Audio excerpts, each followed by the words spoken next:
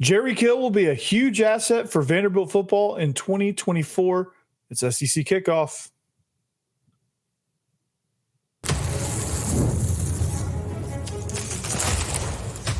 You are Locked On Vandy, your daily podcast on the Vanderbilt Commodores.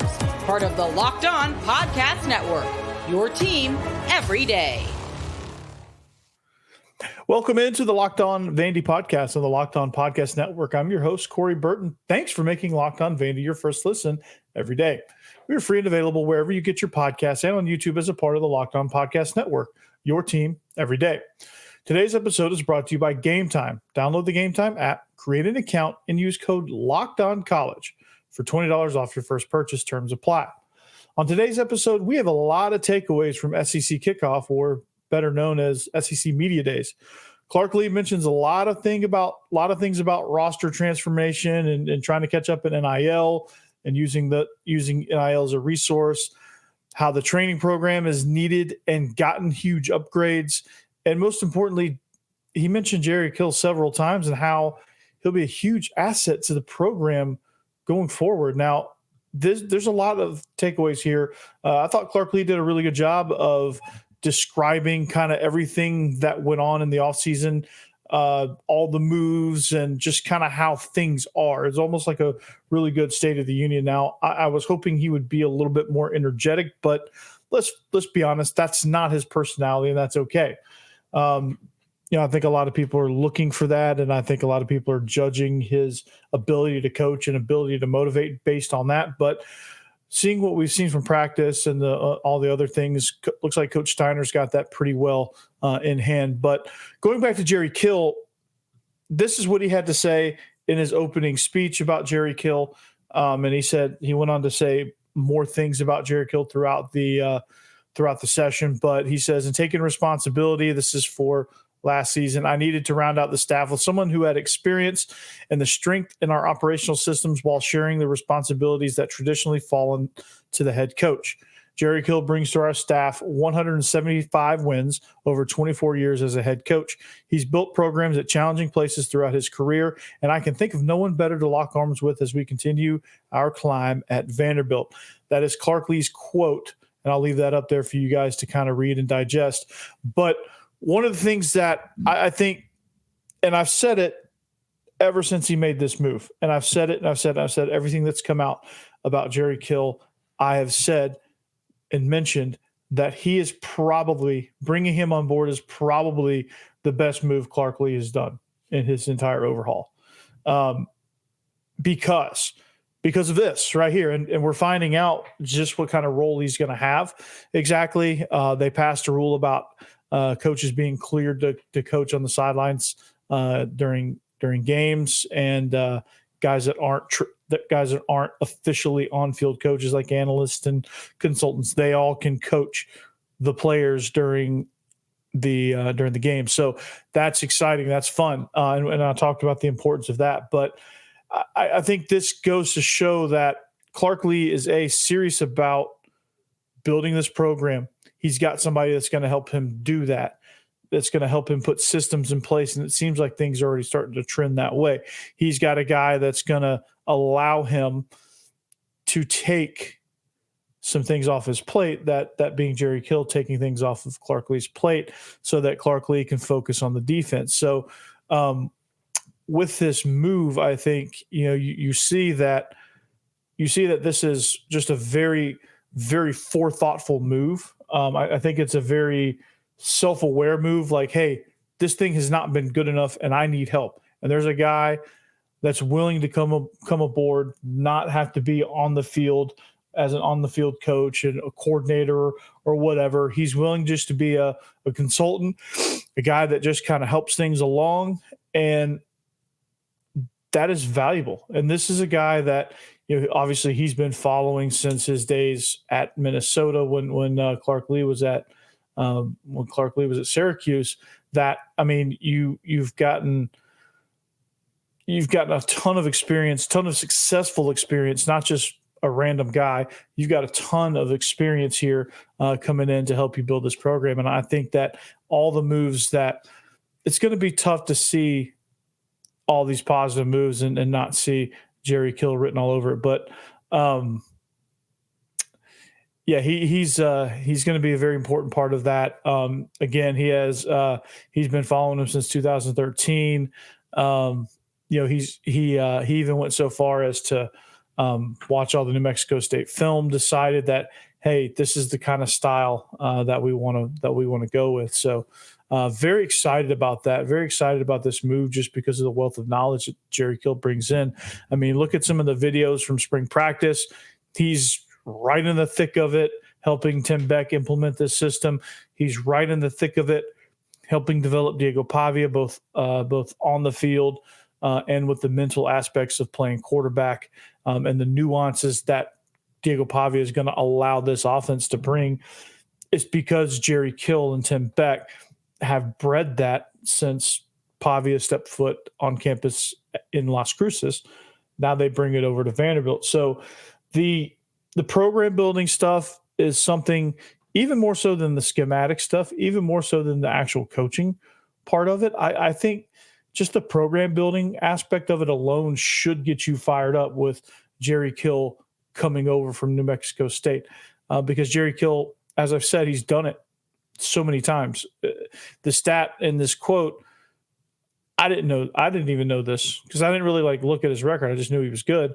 But he brings over 175 wins over 24 years as a head coach. That's a lot of wins at some pretty challenging places like Minnesota. That's when we first learned about Jerry Kill and who he was.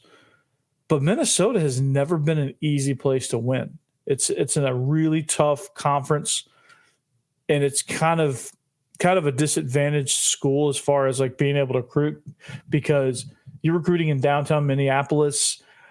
That's a tough place to recruit to because in the wintertime, I don't know if you know much about Minnesota geography, but it gets cold there. And so you saw a guy that was starting to take over the Big Ten.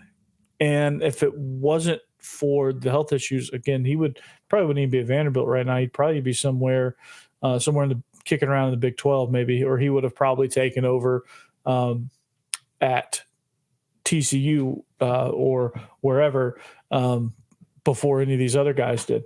And so you would have seen some sort of Power 5 program possibly win a national championship after he took over. So again, just the ins and outs of, the little things, recruiting, probably spearheaded. Hey, you need to get more active in NIL. You need to figure this out. You and Candace, you guys need to figure this out. Here's the plan. Here's what's happened. Here's how we've done it at the places I've been at. Here's how we've recruited. Here's how we've implemented NIL. And at New Mexico State, they probably did on a really small scale, but at a scale that New Mexico State can handle. But you can obviously scale those things up. And when you're in a city like Nashville, those strategies are very beneficial. Roster management. Hey, you need to go get X, Y, Z out of the portal. You need to, this guy, we need to bring him in because he has this, specific skill set that he would go in this portion and do this job in our offense. And then, hey, this guy looks like he fits your defense, and just kind of helping him with some things, or even just saying, hey, I got this, go handle your defense. Even something as simple as that. Hey, I'll oversee the whole thing. Go take care of your defense and go wear your defense coordinator hat because that's what he hired Jerry Kill for. That too as well. And so there's a lot of benefits that he has on game days. Now he's going to be on the sidelines. He's going to be in Pavia's ear. He's going to be in Coach's ear. He's going to be essentially coaching Coach Lee just as much as he's coaching the other people. And he's there to it's almost as if he's just kind of like the unofficial head coach of the Vanderbilt team. And Clark Lee is the defense coordinator. And depending on how the season goes, wouldn't it just be beneficial for it to just kind of flip? Hey, Jerry, you're already doing the head coach stuff. Why don't we just beep? Why don't we just flip? So that would be That'd be kind of what would make the most sense there. But Jerry Kill's going to be a huge, huge asset, man. And I'm excited about everything he brings because he's such a successful, positive, energetic leader. He just gets it, and he understands all the nuances, all the small things with building a program. He understands all of that stuff. He gets it. He absolutely gets it, and he's going to be. I think if Vanderbilt's going to have any success this year, a lot of it's going to fall with Jerry Kill. And I think, again, a very underrated move in the grand scheme of things, but a move that nonetheless will pay huge dividends because, A, it allows Clark Lee to be defensive coordinator. B, it gives you a whole new head coach perspective. C, he gets to mentor Clark Lee when Clark Lee has the head coach hat on. D, he gets to mentor Tim Beck and Diego Pavia too. Make sure that offense gets implemented to its fullest potential. E, he gets to, handle some of the off the field stuff for Clark Lee, so the stress gets off of him, like tutoring stuff, academic stuff, just things that you don't think about as a college head coach that you need to be handled by somebody who absolutely knows how to handle those things. So, all the overhauls are great. And I think with the media days, I think Clark Lee was able to get that information out there. He was able to express just exactly how a lot of these things went, the reasoning behind them, things like that. The strength was a topic that I thought would be discussed, but I didn't think it would be looked at so thoroughly, right? Because we knew they needed to change. He made the change, and you're starting to see the benefits of the change. And so Clark Lee takes you through all of that stuff, even goes as far as like taking responsibility for that. But we'll get more into that here next.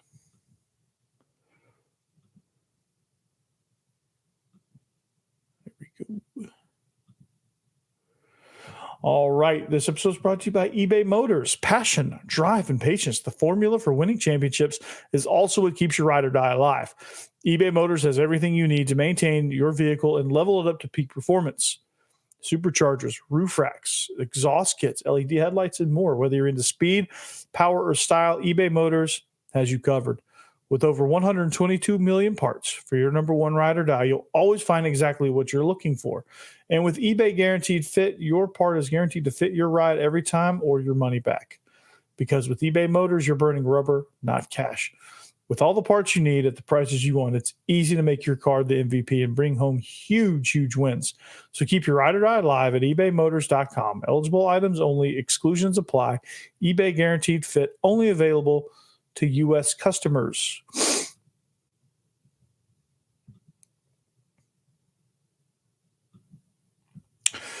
What's up, man? What's up? Are you watching Fox Sports or ESPN on your TV all day? Are you tired of having to turn down the volume all the time with all that shouting? Well, here's what you need to do.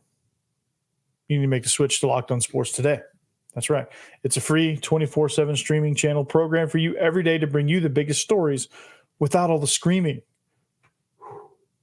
So Locked On Sports Today brings you can't-miss analysis, opinions, and news streaming 24/7 on YouTube or the free Amazon Fire TV Channels app, part of the Locked On Podcast Network, your team every day. Speaking of every day, thank you to the everydayers. Shout out to you guys. Thanks for making all of this possible. Thank you for listening. Thank you for tuning in. Also, make sure you like and subscribe. If you like what you hear, check us out at Locked On Vandy on social media. At Coach Burton 36 is my personal X account. At Locked On Vandy is the show's account. We've got some big things. We got some big things in the near future on the horizon as far as being able to get short form content out. So be on the lookout for that. That's going to be a huge, huge boost to what we do around here. And I think, Locked On is, let's just say, they hooking it up for sure. So, but you know what else is hooking it up? Strength and conditioning, right? So one of the things coming out of this just monster pit, just awful, abysmal 2-10 season, I don't know how many adjectives I can actually use to describe that, but one of the massive pieces of the overhaul was the strength and conditioning program, the training program, everything about it, from the weights to the agility, to the conditioning, to the nutrition, to the mental health, all of it scrapped, redone, reorganized. Because let's be honest, Clark Lee knew he needed to overhaul it. He needed a change because they weren't as strong as their peers. They weren't as fast or as agile or able to withstand the rigors of an SEC game throughout the rigors of an SEC schedule. They were getting injured. They became fatigued to the point where they couldn't protect themselves. The morale was low. The competitive spirit was low. It needed to change. It had gotten pretty bad, and there was just a heavy need for change. So here's what he said about why he needed to change it. He said, quote, "First, we changed the way we trained. It was clear that we weren't developing physically at the rate that was closing the gap between us and our league peers, and that a new approach was needed in the weight room. That led to the hire of Robert Steiner, who brings an excellent track record of developing football teams while also building culture in the weight room. His impact has been immediate, and our team has benefited from in immeasurable ways from his philosophy and approach." And so I've talked about that too. We've done a few check-ins on the strength and conditioning program. We've done a few things with that, but I just noticed a typo there too. But there is it goes without saying that, like, I think a lot of people overlook how important a really good elite strength staff is. I think people overlook that. I think there's people out there that say it's just the way how hard could it be? You go lift weights, you go run, and that should be it, right? Well, no, it's a whole mindset. It's a whole, like, the training part of it is supposed to have a level of rigor that pushes you beyond your limits. And when it pushes you beyond your limits, it teaches you how to maintain your peak performance through all of that, through the pain, through the out of breath, whatever the case is, physically, mentally, it's supposed to allow you to push through all of that and continue to perform. It's supposed to give you a mindset of, hey, I know my limits. I know exactly how far I can push them, and I'm going to build that endurance as I go, whether it's muscle endurance, cardio endurance, whatever. I'm going to push past the point of that. I'm going to get to the point where I last a little bit longer, and I last into the third, fourth quarter now, whereas I was gassed at halftime, right? You just keep getting better with that. And you keep getting a mindset that, like, hey, I can do this. I can attack this challenge. I can reach deep down inside and pull something out that just I didn't know was there when I needed it the most in the fourth quarter on a 4th and 1. Hey, I'm dog tired. I could collapse at any minute, but we need this 1 yard to seal this game. I'm going to go grab the last bit of strength I have, and I'm going to use it right here on this 4th and 1. Like, that's the mentality, the never quit, that whole mentality. Hey, we're going to fight. We're going to fight you tooth and nail. We're going to fight you to the end. We're going to make sure you understand that, hey, if you're going to beat us, you're going to have to pay a hefty price to beat us. And that's the mentality that's been lacking at Vanderbilt. And that's the reason why a change was made, because that entire mindset is not there. There was a mindset last year. It reared its ugly head, but you see it throughout throughout my lifetime with Vandy. Like, hey, you jump on Vandy early, they're likely to fold because, hey, they have a lack of confidence. There's no competitive spirit here. You can break that competitive spirit pretty easily. And part of what Coach Steiner's been able to do is try to break that competitive spirit day in and day out since January when he arrived, right? Now, unfortunately, he doesn't have a whole winter, spring, summer, and then in season, and then right after the season program to kind of lean this on. This is all still relatively new. So you're just getting the very beginnings of this. But when you really kind of dive into what training is supposed to do, what strength and conditioning is supposed to do, it's designed to break you. It's designed to help you overcome and get stronger and endure and have confidence, and then to recover, and then to cycle it all through again. And part of the recovery is refueling right, eating right, making sure that you're working on above the shoulders too, just as much as you're working on everything else. And that goes with mental health and emotional health and spiritual health, and all that stuff factors into the whole training program, because you're trying to train the total athlete here. And I think that's something that Coach Steiner brings to the table. That's something that's often, you don't think about that. You don't think about the mental training health and how it helps, like how it helps you persevere, how it helps you debrief after every session and say, okay, what happened here? Oh, that was not as bad as I thought. I can actually push through that the next time. And then you actually go through and do it, right? Hey, if I eat this rather than that, it will help me later on when Coach Steiner is breaking me again the next day. And it all plays hand in hand with it. And so that's something that Clark Lea needed, this program needed. And I think it's something that these guys will benefit from, no doubt. So I'm excited about that. I'm excited about the new strength program. I think, again, it's one of those moves where you're going to look at it and say, this is one of those moves where you're just like, okay, let's roll, man. So, it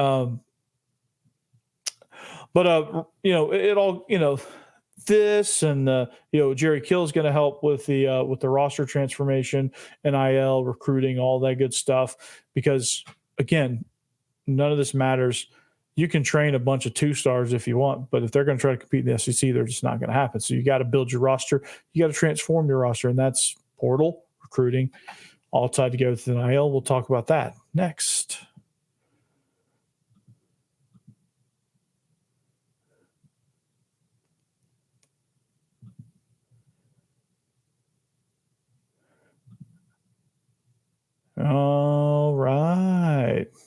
All right. Welcome back. Segment number 3. We're wrapping up the show here in just a minute.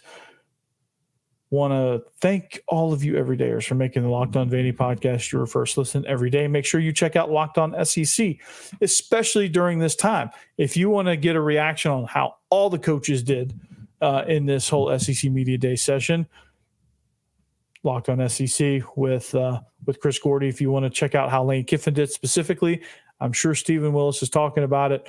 I'm sure he has been going about it like the Energizer Bunny. So love that. But here's what I want you guys to do in the meantime. Tell your friends, hey, there's a new Vanderbilt podcast out there. We got to check this thing out. So make sure you go tell them that. Make sure you go spread the word, because it is it's good. So anyway, I have a fourth topic here.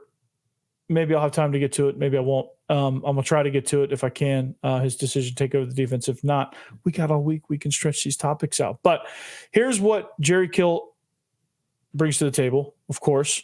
I've got Jerry Kill on my mind. Here's what Clark Lea says about NIL. He said, and this was the first part of the quote. He goes on to talk about it more. But finally, we've expedited the transformation of our roster. This is required that we fully embrace changes in the college football landscape and actively participate in both transfer portal and NIL. And so he goes on to talk about how far behind that Vanderbilt has gotten in that regard, as far as like being able to participate not only in NIL, but transfer portal as well. Vandy used to be somebody that got rated in the portal every year, but that was something that changed. And you can't say, well, you can't go hemming and hawing about how it's all the same and nothing's ever going to change when you saw it change right before your eyes. They were getting dudes out of the portal, and some of this might have been because of Jerry Kill. Some of this might have been because of the systems. But at some point, NIL does have to kick in. And at some point, all these guys are showing up from the portal because they believe in what's happening. And you have to have a foundation to believe to believe on if you're going to build the roster the way you've built it. And so, Vanderbilt's a great university and people want to get their degree from there. If they do, it is something that when you look at it, Clark Lee wants to build more of a pipeline to the NFL. So that's, if you start marketing towards that, I think that's something you haven't really heard coming out of Vanderbilt. That might be a Jerry Kill impact saying there, and they're going to Candace Story Lee and saying, hey, listen, if we want to send guys to the NFL, or if we want to recruit well, we got to send guys to the NFL. Guys got to know that if they come here, it's not a dead end. And so NIL is a big part of that. And I've talked about the potential that NIL has at a place like Vanderbilt, in a city like Nashville. There's so many opportunities, right? So it's looking, that's looking like it's going to be a huge factor as they get more and more involved. And to get as many guys as they got out of the portal this year with all the additions, just think when NIL gets kicked in fully and you are now starting to rake in some of those higher caliber players, because Nashville, let's face it, it's the fastest growing city in the entire, definitely in the Southeast, but definitely maybe in the entire country. So you take all of that, right? And you build it with the fact that, okay, now Clark Lee's taken over the defense. He's got an NFL caliber defense, right? And he's got some NFL caliber players on his defense now with Langston Patterson and CJ Taylor. And then these transfers, we'll see kind of what they got. Don't know a ton about how they're going to play because they really haven't played for Clark Lee and Vanderbilt. So we'll have more on that as they continue to make an impact. But there's a lot of promise there. There's a lot of potential. But as you start to market some of the transfers, some of the successful transfers, you get the NIL going. Your high school players like Dante Carter, I think, coming in and playing a lot as a freshman will have a massive impact in high school recruiting as well. And you'll start to get some of these high schoolers that are like, maybe Vanderbilt is a good spot. I'm playing in the best league in the country. I'm playing in one of the best cities in America. And there's a lot of NIL potential in the music business, healthcare business, and all of that. And so I'm going to take advantage of that.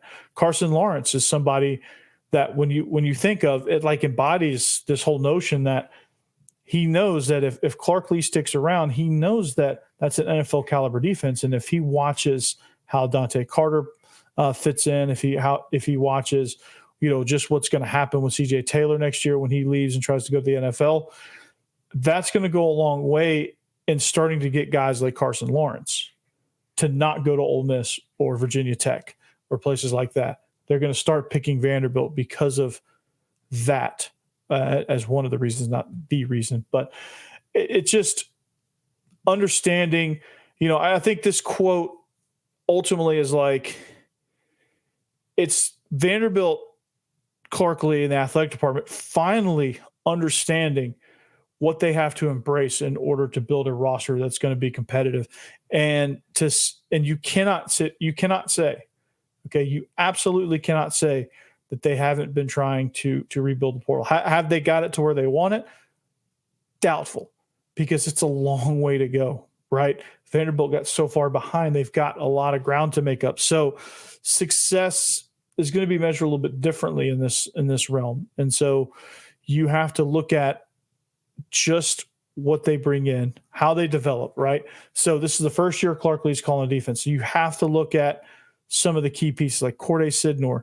How's he going to perform? Does he thrive in Clark Lee's system? Is he going to be a disruptor that he was brought in to be, and an energy boost for this defense, just as he's been throughout spring practice? Is the incumbent guys, they've trusted Clark Lee and they know, and they were excited that Clark Lee was taking over the defense. Are they going to ball out? And if they do, that gives a lot of credibility to what the moves that this program has made, right? Because if they do ball out, it's because Clark Lee's taken over the defense. It's because he's able to engage more as a defensive coordinator, and that portion of what he's chosen to take over because of Jerry Kill. Jerry Kill is somebody that I consider a bit of a hobbyist when it comes to building programs. He's taken on some pretty challenging situations and has come out quite nicely. So I think as you grow, I think as you see some success, and it may have to be individual success at first. Now you can't go and win three games and expect to continue to try this experiment. I think you have to win at least 5 because of what happened last year in order to stick around and see your experiment out. But I think that's very doable. I think 4 for sure is doable. I think 5, maybe even 6 if they if they come out of the gates hot. I think bowl game is very much in the cards, and so you're going to look at it and say, probably gonna be crazy. But that's kind of the level of success that they're going to have, because if they want to continue to expand NIL, you got to have somebody to expand it too, right? You're not going to sure, I'll take NIL to go play at Vanderbilt, but they don't want me. They want, 4 stars. They want guys that are coming from big programs that have a chip on their shoulder, right? That have something to prove. They've gotten some guys that have been overlooked, like Jeremiah Dillon, who was overlooked at Ole Miss, but was a really good prospect coming out of high school.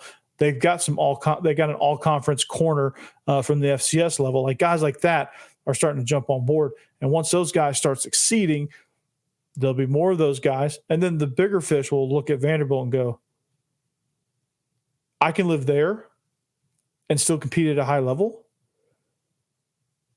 Why not? Right. And that's all kind of how it all ties in. So my goal here in the near future is to get Kurt Page on for another 2-parter. He's always good for a 2-parter. Zach Blackerby to do a crossover to see what's going on the plains, to see how kind of Vanderbilt and Auburn shake out, and then some more crossovers and really just kind of diving more into these topics now that we've got a little bit more information straight from the direct source of Clark Leaf. So stay tuned. This is going to be an action-packed show. This is going to be a fun ride. This ride is about to accelerate very, very soon as we inch towards fall camp and the start of the season. We are a month and some change away from opening kickoff against Virginia Tech. So buckle those seatbelts. Let's get ready for the ride. It's going to be an enjoyable ride, and hopefully you guys will jump on with me and make this thing a special podcast, and as special as it needs to be and should be. So that being said, we're going to leave you right there. We'll see you back here tomorrow. We'll talk more about what Clark Lee said at SEC Media Days. Talk about I want to give some shout outs to some Vandy players that got drafted to the MLB. That's a big deal. That happened yesterday. And so all of this plus more as we continue to roll on the Locked On Vandy podcast and the Locked On Podcast Network. But until then, anchor down.